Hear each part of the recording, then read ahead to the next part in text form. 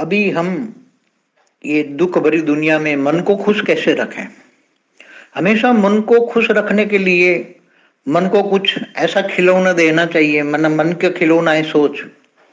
तो सोच, मन की सोच ऐसा रखो कि भाई ज्ञान है तुम्हारे पास, तो हमें जो नई दुनिया में जाना है वो नई दुनिया कैसी होगी।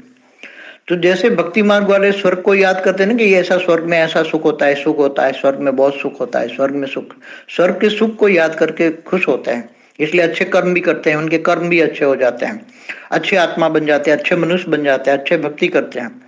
तो ऐसी तरह सभी बेहद के ज्ञानियों को सोचना चाहिए कि हम तो बेहद के परम स्वर्ग में जाएंगे जब, तो वहां ना परम सुख होगा, मतलब परम परम परम परम बेहद के परम परम परम सुख होगा। वहां ऐसी एनर्जी है कि कभी भी वो एनर्जी, आत्मा की एनर्जी इतनी होगी, स्वयं की एनर्जी इतनी होगी, इतनी होगी, इतनी होगी कि आत्मा की एनर्जी भी कम नहीं होगी, कभी अंश मात्र भी कम नहीं होगी। और वायुमंडल भी इतना हाई क्वालिटी होता है कि वायुमंडल में भी एनर्जी कभी कम नहीं होती। और न कभी वो दुनिया परम लाइट की दुनिया होती है, अविनाशी दुनिया है।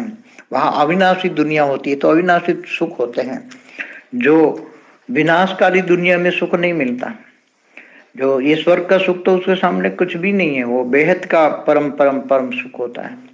तो बेहद के परम सुख की कल्पना करो, सोचो कि हमें वो बेहद के परम परम सुख में जाना है। अभी ये अति दुख भरी दुनिया को परमानेंट हम छोड़ के चले जाएंगे, और ये दुनिया को भी हम पूरे मल्टीवर्स को मुक्ति, जीवन मुक्ति दे देंगे।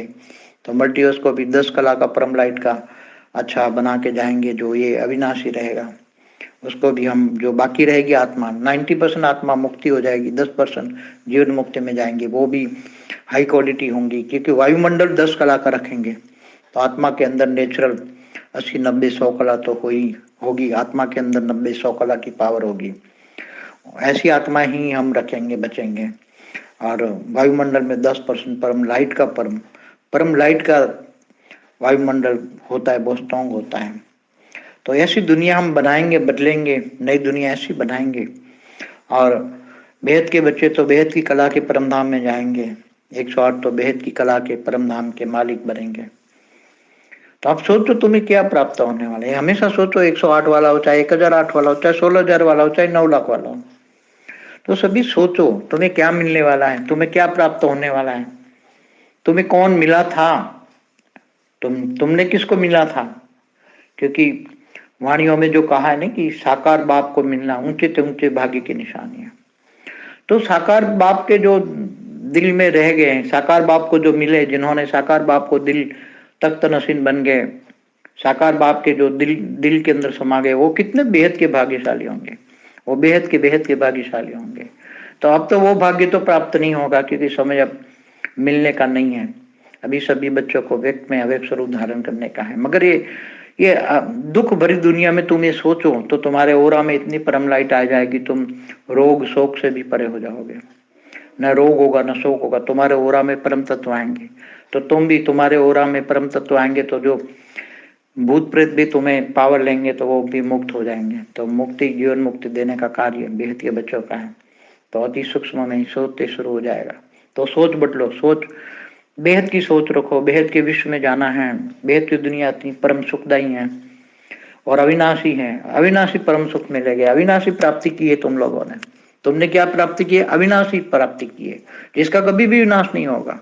ये तो स्वर्ग में जाते फिर मनुष्य बन जाते हैं, फिर तपस्या करते फिर स्वर्ग में जाते, फिर ये नहीं, हमेशा के लिए, एवर एवर, हमेशा परम लाइट की दुनिया में जाओगे। तुम्हारे अंदर बेहद की कला का पावर होगा, कभी नहीं गिरोगे, कभी परम सुख से नीचे तुम सोचोगे नहीं। वहां सोच नहीं होती, वहां सोच भी नहीं होता, वहां सोचता ही नहीं। अपने मन के अंदर ही आत्मा का जो अंदर का जो आवरण होता है, आत्मा के मन की पुरुष प्रकृति एक रूप, एक ही पुरुष और एक ही प्रकृति होती है। वहां कोई एक से ज्यादा नहीं होता, कोई एक पुरुष और एक प्रकृति। प्रकृति उसके दिल में, पुरुष के दिल में रहती है। इसलिए पुरुष हमेशा अपने दिल में रहती चीज है जो उनकी मन प्रसन्न, मतलब सुख देने वाली एक प्रकृति होती है।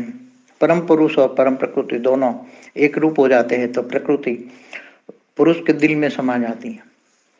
तो जब दिल तुम्हारा साथ हो तो दिल तक नसीन, बाप के जैसे दिल तक तन असीन बोला गया ना वाणियों में, बाप के, तो बाप का दिल का अभी साकारी बाप है तो दिल तक तन, वहां भी ऊपर में भी इतना सुख होगा, परम सुख होगा। वही सोचते रहो, सोचते रहो, सोचते रहो, अच्छा होने वाला है, बहुत अच्छा होने वाला है, ये सोचो। तो दुख भरी दुनिया का सोच भी न लो, देखते हुए न देखो, सुनते हुए न सुनो, वाणी से परे, आवाज से परे की दुनिया में रहो, परम शांति।